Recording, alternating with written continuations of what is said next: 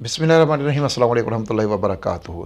उम्मीद है तमाम अहबाब खैरियत से होंगे। अल्लाह रब्बुल इज़्ज़त आप सब पर अपनी रहमतों का, बरकतों का नुज़ूल फरमाए। हर ज़ालिम के जुल्म से, हासिद के हसद से, शरीर के शर से मेरा अल्लाह आपको महफूज फरमाए, आमीन या रब्बल आलमीन।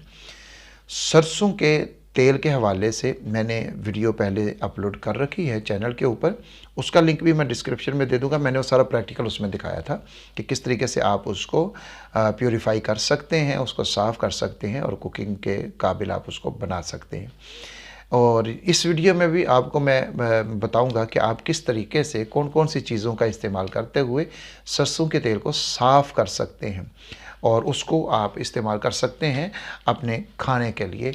आप देखते हैं कि मौजूदा जो महंगाई का दौर चल रहा है, इसमें कुकिंग ऑयल बहुत ऊपर चले गए हैं, उनकी कीमतें बहुत पहुंच से दूर होती जा रही हैं। तो जब कुकिंग ऑयल ही इतने महंगे होते जा रहे हैं तो क्यों ना फिर हम उस कुकिंग ऑयल से एक अच्छी चीज़ की तरफ आ जाए, यानी सरसों के तेल का हम इस्तेमाल करने लग जाए, कुकिंग ऑयल का इस्तेमाल हम छोड़ दें। उसके लिए आप अगर सरसों के तेल का इस्तेमाल कर सकें तो उसके फ़ायदे आपको क्या हासिल होंगे, पहले फ़ायदे सुनिए, फिर आगे हम बात करते हैं। मैं आपको चीज़ें बताता हूँ, आप उसके मुताबिक अपने तेल को साफ़ कर लें। इंशाअल्लाह ताला आप उसको खाएँगे तो बहुत ज़्यादा फ़ायदे ये हैं कि जो सरसों का तेल जो इस्तेमाल करते हैं खाने के अंदर, उनके लिए ब्लड प्रेशर का मसला उनको नहीं होता, और जो सरसों का तेल इस्तेमाल करते हैं उनको ब्रेन हैमरेज नहीं होता, और इसी के अलावा सरसों का तेल इस्तेमाल करने वालों को कभी फालिज नहीं होता, और भी दीगर बहुत सारे फ़ायदे हैं इसके। तो जनाब, आप इसको किस तरीके से प्योरीफाई कर सकते हैं, आप इसको किस तरीके से खाने के काबिल बना सकते हैं। आप 1 किलो अगर सरसों का तेल लेते हैं तो उसके अंदर 5 से 6 आप सब्ज़ मिर्चें ले लें, वो उसके अंदर डालें, और एक दरमियाने साइज़ का प्याज छील लें और वो उसके अंदर डालें। 5 से 6 लहसुन के जवे या जिनको तुरियां हम कहते हैं वो उसके अंदर डाल दें, और एक अदरक का छोटा सा टुकड़ा, कोई 1-आधा इंच का, वो उसके अंदर डालें, और आधा चम्मच आप ज़ीरे सफ़ेद का वो उसके अंदर डालें।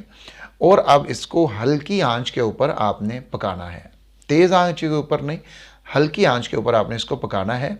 जब ये तमाम चीज़ें इसके अंदर बिल्कुल ब्राउन हो जाएं तो फिर आपने इसको बंद कर देना है, आग को, चूल्हे को बंद कर देना है, और इसको ठंडा करें और इसको छान लें और इसको आप महफूज कर लें। ये आपका तेल बिल्कुल तैयार है, इसको आप अपने खाने में इस्तेमाल कर सकते हैं। इंशाअल्लाह ताला नुकसानात नहीं होंगे, जो नुकसानात दूसरे कुकिंग ऑयल, फिर उनके बारे में आप जानते हैं कि मीडिया के ऊपर कितनी सारी मुख्तलिफ रिपोर्ट्स जो हैं, मुख्तलिफ जब मीडिया ने जो कार्रवाइयाँ की हैं, या पुलिस ने, या फिर महकमा इसने पंजाब फूड अथॉरिटी ने जो कार्रवाइयाँ मुख्तलिफ की, उनके अंदर क्या कुछ नहीं पकड़ा गया कि किन किन चीज़ों से वो ऑयल तैयार किए जा रहे हैं जो हमारे घरों में, हमारे किचन के अंदर मौजूद है। बड़ी बड़ी कंपनियों के नाम से हम तो अपनी तरफ से लेते हैं, जी ये फ़लानी कंपनी का, ये फ़लानी कंपनी का, ये अच्छी कंपनी है, ये अच्छी कंपनी है। मैंने देखा था कि एक जगह पर छापा पड़ा और वहाँ पर बड़ी बड़ी कंपनियों के नाम मौजूद थे, उनकी पैकिंग मौजूद थी, उनके डब्बे मौजूद थे, कार्टन मौजूद थे, सब कुछ उनके नाम पे हो रहा था।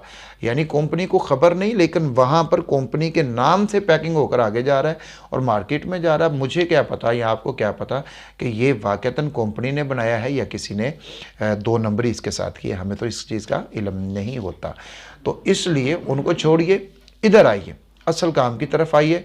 जो पहले लोग करते थे वो सेहतमंद रहते थे, बीमारियां नहीं थीं, और हमने जब मसनूई चीज़ों का सहारा लेना शुरू कर दिया तो फिर ज़ाहिर है बीमारियां बढ़ती चली गईं। तो ये चीज़ें आप तेल के अंदर डाल लें और इनको तेल के अंदर जला लें।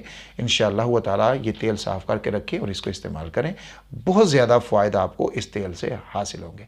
अपना ख्याल रखिएगा, दुआ में याद रखिएगा। अल्लाह हाफ़िज़।